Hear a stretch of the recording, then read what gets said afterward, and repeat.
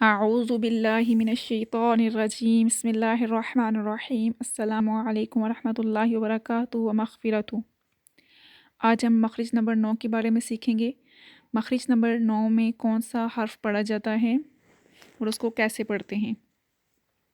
مخرج نمبر 9 میں ہم لام کا حرف پڑھا جاتا ہے، اور لام کا جو مخرج ہے وہ 4 دانت اور ان کے مسوڑے اور زبان کی سائڈ اور اس کی نوک سے ادا ہوتا ہے۔ یہ یعنی مخرج نمبر 9 جو ہے وہ 4 دانتوں کے مسوڑے ہیں۔ تو لام کو ہم پڑھتے ہیں، زبان کی کروٹ سے نوک تک کا حصہ جب ثنایا، رباعی، انیاب اور دواحک ان چاروں دانتوں کے مسوڑوں سے لگے تو یہاں سے لام ادا ہوتا ہے۔